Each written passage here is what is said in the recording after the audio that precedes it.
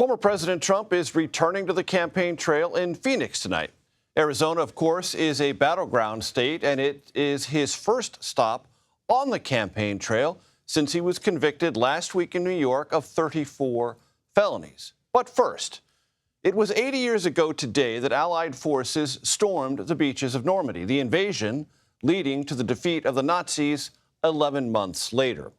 President Biden marked the day of remembrance in France. He and the First Lady met with World War II veterans at the Normandy American Cemetery. In his remarks, the president drew parallels to the current war between Russia and Ukraine. America's unique ability to bring countries together is an undeniable source of our strength and our power. Isolationism was not the answer 80 years ago and is not the answer today. I promise you we will head to Phoenix in just one moment. That's where we'll find our Caitlin Huey-Burns, who is covering the Trump event. But I want to start with our Ed O'Keefe, who is traveling with the president.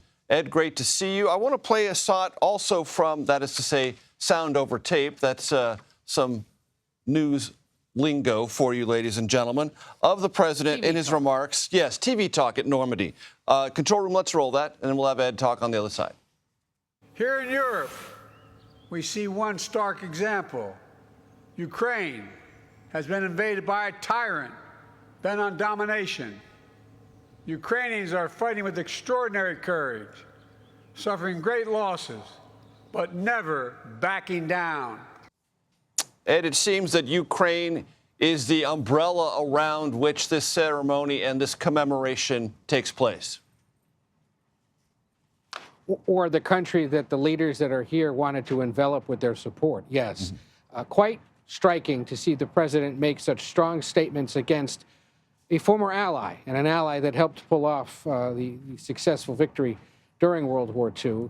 There were no Russian officials invited by the French government to this year's commemorations. They've been here in the past, but with the United States, the United Kingdom, and others concerned about having Russian officials in attendance when Volodymyr Zelensky, the Ukrainian president, was also scheduled to be here, it was determined they could not be.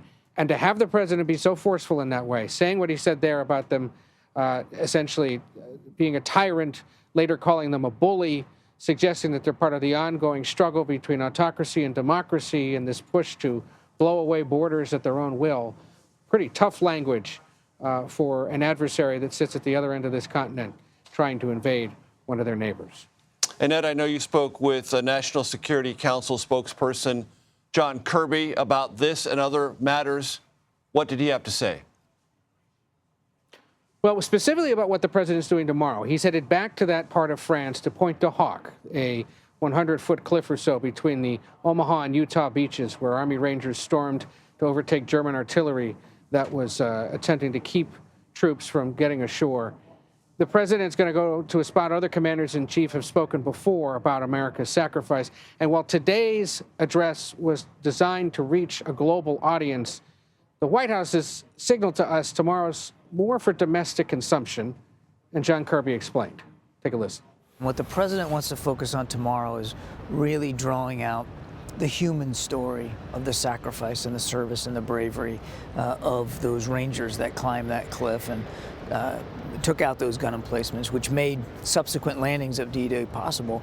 He's also going to talk about, and he talked a little bit about it today, but he's going to talk a little bit more about democracy. He's going to talk about the gift that those soldiers gave us and the world, and how we have to treasure and cherish that gift going forward and do everything we can to preserve it.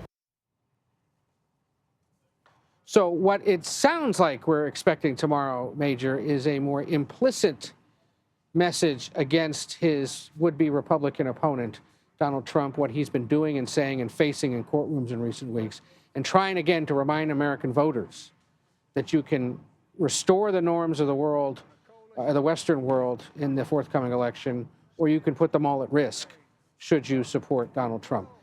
Pretty striking if he's making even an implicit case for his candidacy and for the current way of American governance on foreign soil. That's not usually how it's done. Ed, I must imagine that this is a particularly poignant commemoration. It always is.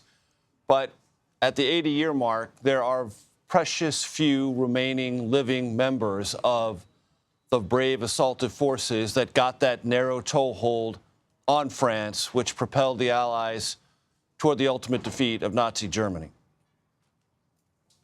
So the stat that we've been using all week that I think is most telling is we were told by American Airlines, for example, they used to fly about 6 plane loads of American veterans to these commemorative events. This year, they couldn't fill 1 plane because there are so few left that are either alive or capable of coming. The youngest in their roughly mid-90s, the oldest, I believe I was told, is about 107 who was in attendance. One of the veterans who met the president today turned 104 on this day today. The president saying happy birthday to him. But yes, this is likely to be the last time veterans of D-Day or D-Day plus a few days are in attendance. Major. Ed O'Keefe, thank you so very much.